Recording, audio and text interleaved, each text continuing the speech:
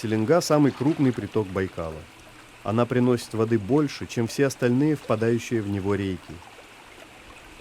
Берет река начало в Монголии.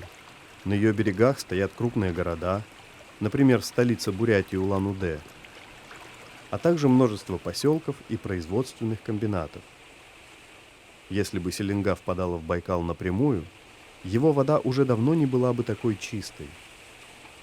Но примерно за 25 километров до устья река разбивается на множество проток и рукавов и образует обширную дельту.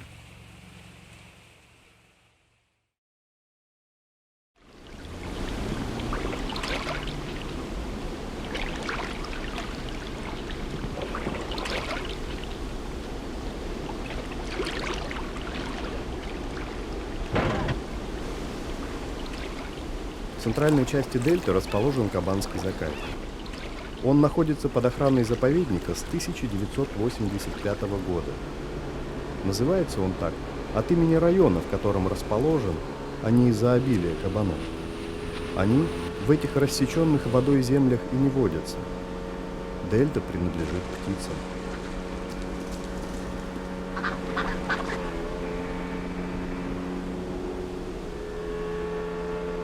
Лодка несется к кордону заказника.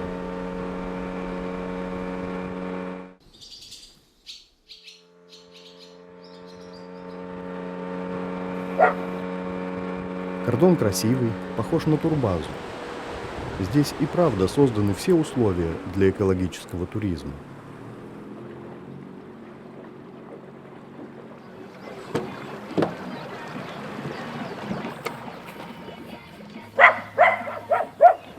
Две бригады инспекторов сменяют друг друга через неделю. Постоянно на кордоне живет только этот пес, почти щенок. Одна бригада называет его Бобкой, другая — Смелым. Пес с готовностью отзывается на любое имя. Хотя Смелый прозвище явно ироничное. Впрочем, геройских поступков от него и не требуется. Главное, чтобы лаял. А это Бобка умеет.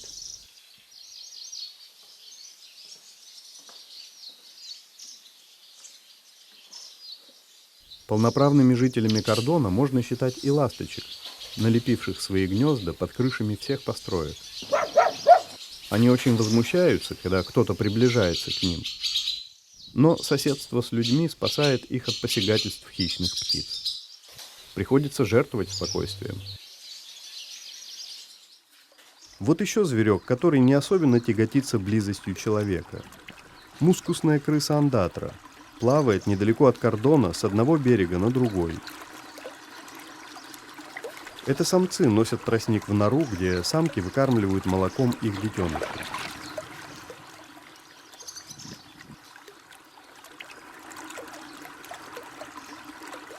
Почему андатры, зная, что их легко заметить, плавают на другой берег? Тростник там, что ли, более вкусный? Или их привлекает чувство опасности?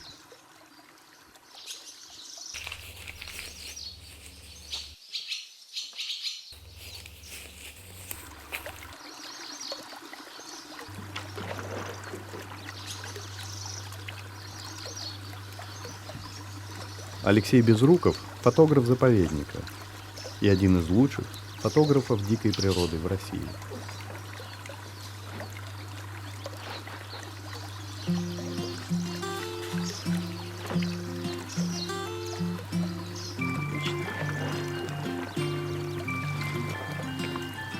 Съемки животных – это недельные сидения в складках, множество хитрых придумок, везения, но не только. Возможно, главное в этих съемках – способность самому побыть тем, кого снимаешь.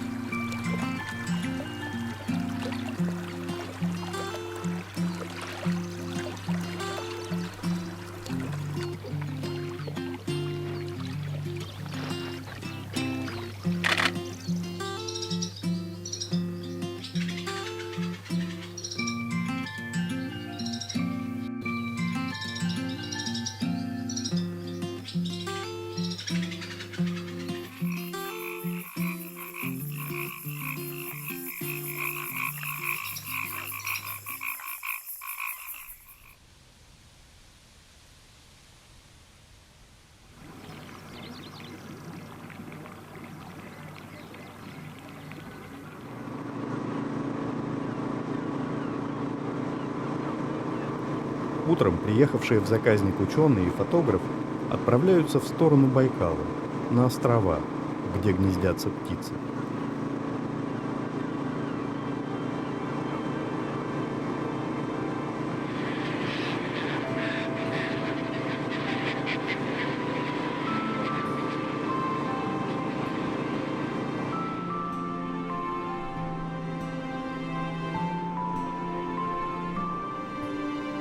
Вскоре из протоки лодка вышла на открытое пространство. Это еще не сам Байкал, а Авандельта. Мелкий внутренний водоем Авандельты служит главным фильтром реки. Течение замедляется еще в протоках, а здесь почти останавливается. Тяжелые частицы, принесенные рекой, оседают в ил. Вода тщательно процеживается сквозь густые заросли водных растений.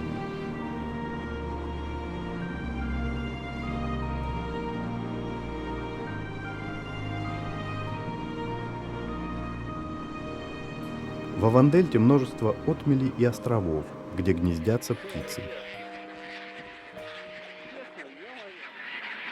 Сейчас время вылупления птенцов, и ученые проводят учет колоний.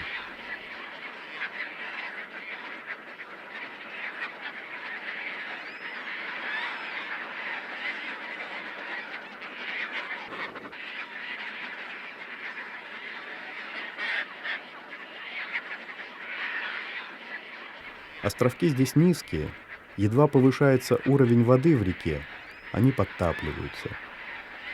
Некоторые птицы отложили яйца в опасной зоне. Более осмотрительные выбрали для гнезд сухие кочки.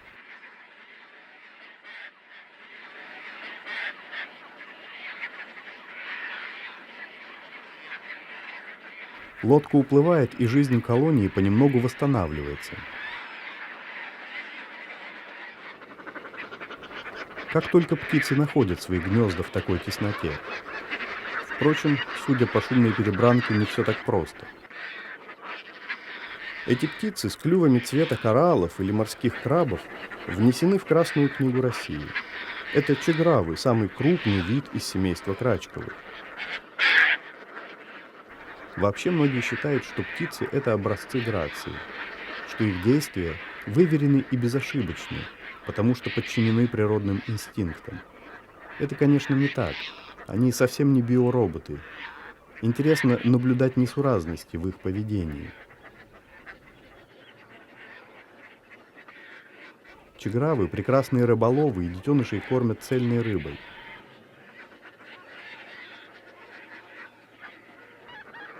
Птенцу не дают ее сразу, а как бы дразнят его.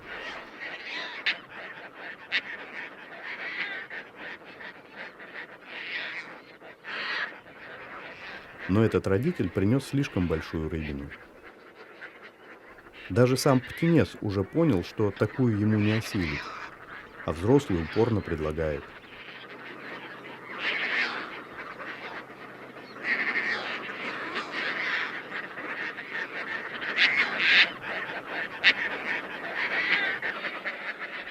Другой приземлился не в том месте и не может найти свое гнездо. Кто это? Непутевый отец или рассеянная мамаша? У чеграв на вид сложно определить пол.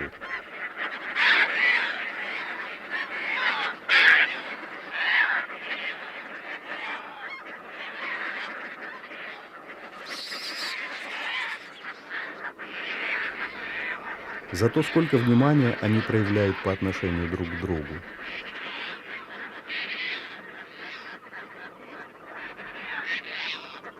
Родители сменяются на гнезде.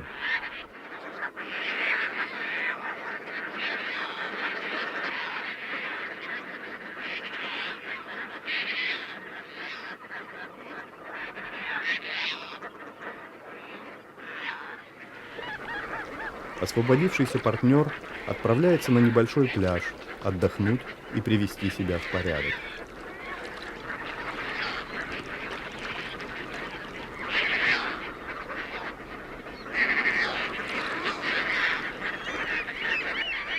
Рядом с колонией чеграв живут сизые чайки. В отличие от чеграв, которые плавать не очень-то любят, чайки и сами делают это охотно и с детства приучают к воде птенцов.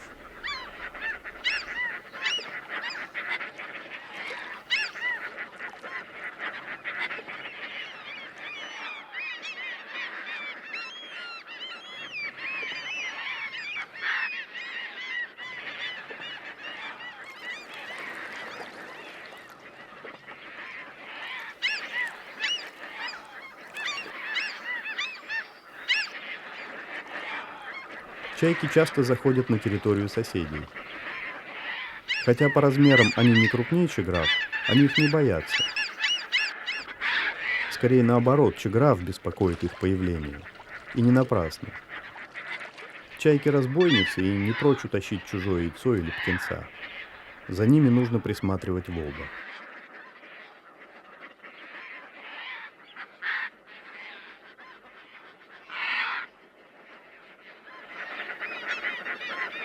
Так живет колония этих чудных и шумных птиц. За 3 дня, проведенных здесь, можно было оглохнуть. Но уезжать не хочется. Да и на фотографиях Алексея чегравы будут более молчаливыми.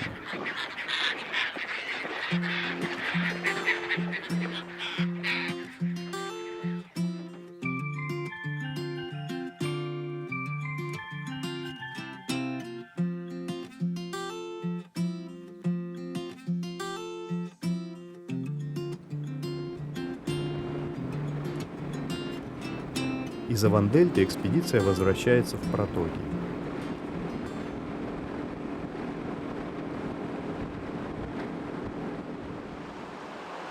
Путь в водных лабиринтах долгий и запутанный. Иногда легче перетащить лодку из одной протоки в другую волоком.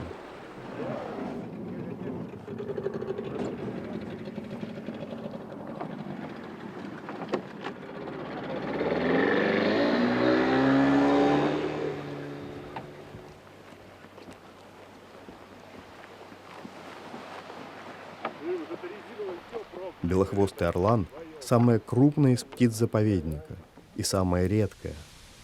Она тоже внесена в Красную книгу России. В заказнике у них всего 4 гнезда, причем в других местах дельты орланы не селятся. В дельте живут виды не только связанные с водой. В зарослях возле протоки гнездо ушастой совы. Пушинки какие-то вон летают, ну, прицепились.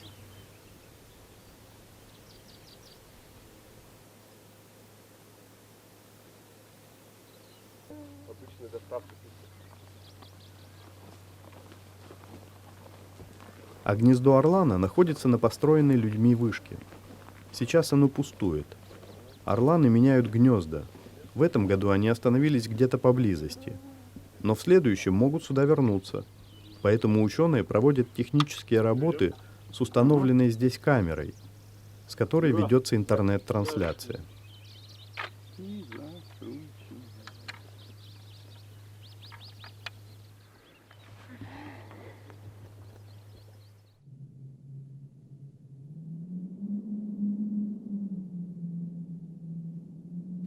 Это кадры прошлого года. Орланы насиживают яйца. В основном это долгое, многочасовое терпеливое сидение.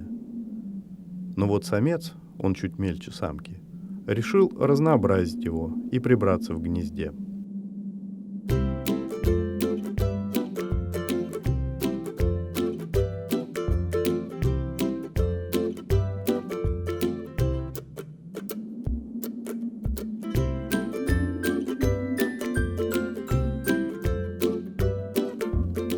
Делает орлан это неумело, но с каким упорством.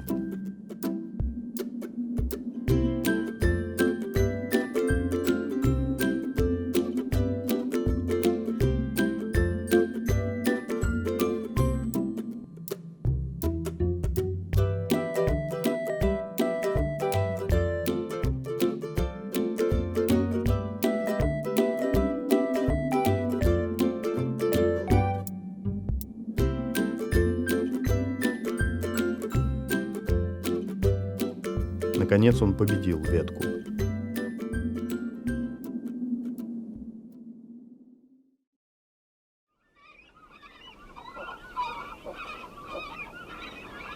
В дельте можно увидеть деревья, словно покрытые слоем пепла.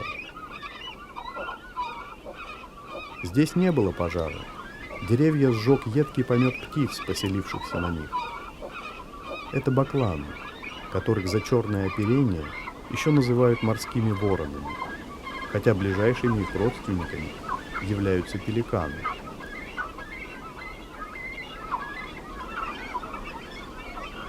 Бакланы кормят птенцов не цельной рыбой, а полупереваренной, в желудках. Они отрыгивают кашицу под клюв в кожные мешки и дают ее детенышам. Пока птенцы маленькие, слабые, такое кормление выглядит очень трогательно.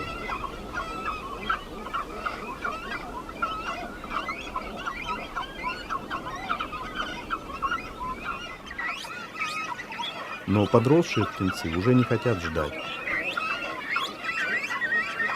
Кажется, они готовы разорвать своих родителей.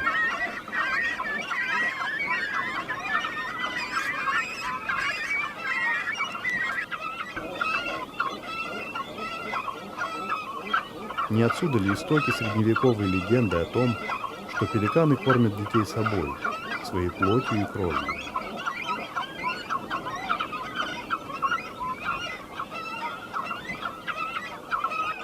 Так близко подобраться к бакланам получилось благодаря этому сказочному сооружению.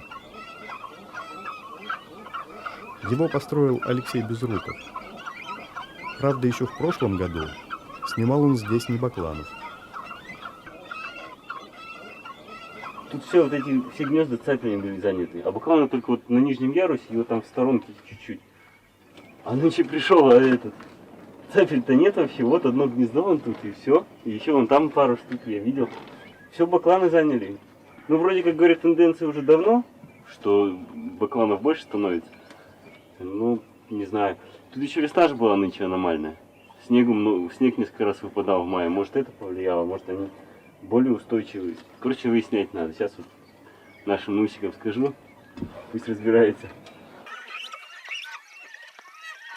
Какие-то виды животных нам симпатичны, какие-то нет. Что говорить, цапли – чудное создание. А бакланы – такие, какие есть. В этом их вины никакой нет. Однако нередко можно слышать предложение убивать бакланов, которые якобы выживают цапель. Если бы было бы наоборот, предложил бы кто-то стрелять цапель. Однако почему-то эти два вида повсеместно селятся рядом друг с другом. Скорее всего, соседство как-то выгодно им обоим.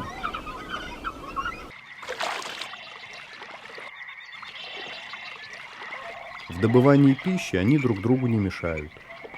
Цапли рыбачат поодиночке в укромных водоемах.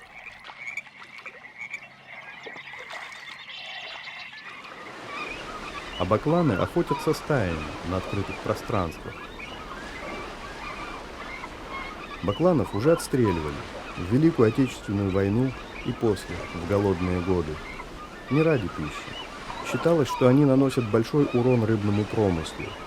Это было ошибкой, потому что бакланы питаются только мелкой рыбешкой. Но их уничтожили всех. Больше полувека на Байкале бакланов не было.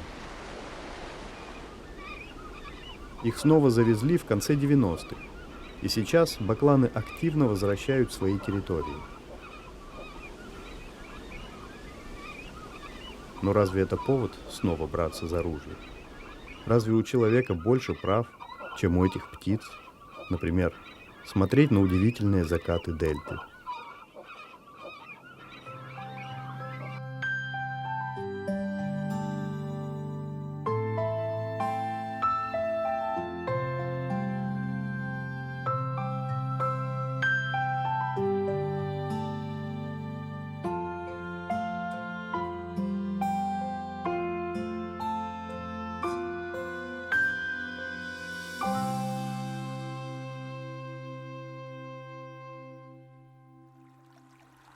Раньше дельта Селенги по площади была в 2 раза больше.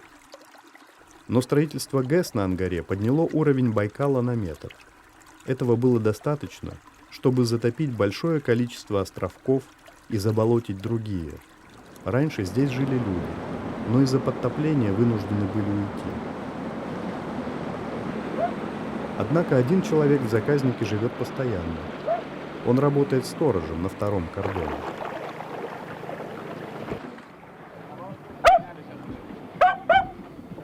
Муравьев Владимир Александрович перебрался сюда из деревни несколько лет назад. Сейчас уберем.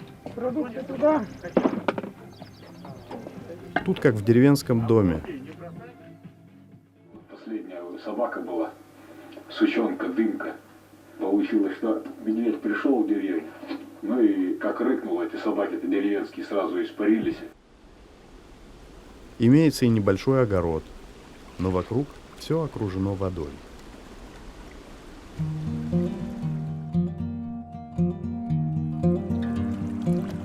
Вода ограничивает и в то же время дает какое-то необъяснимое чувство свободы. Она тут главная сила. Она меняет очертания островов, затапливает одни, намывает другие. Она дает жизнь и отнимает ее.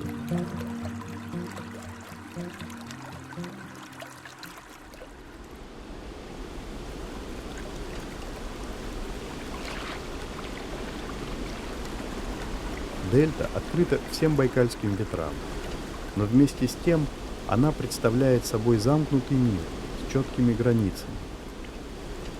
Она начинается там, где река делится на рукава. С боков ограничена крайними протоками. Есть у нее и внешние границы. Ими служат длинные песчаные косы, отделяющие дельту от Байкала.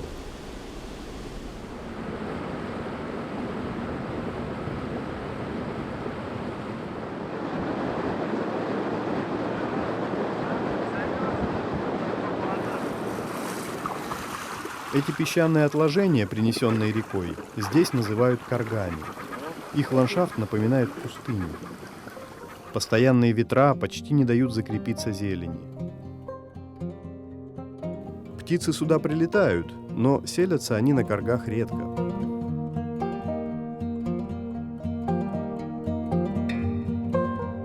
Это последний барьер дельты. Между песчаными косами есть небольшие разрывы, через которые речная вода, очищенная всеми фильтрами дельты, поступает в озеро.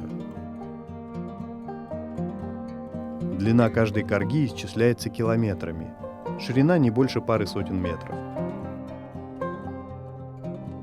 Именно здесь лучше всего можно почувствовать особый мир дельты, просто сравнив прибой по одну и другую сторону карги. Так плещется вода со стороны реки.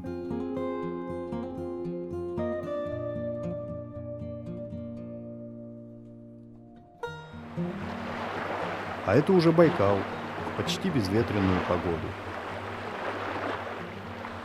На его берегу заканчивается дельта и Кабанский заказник.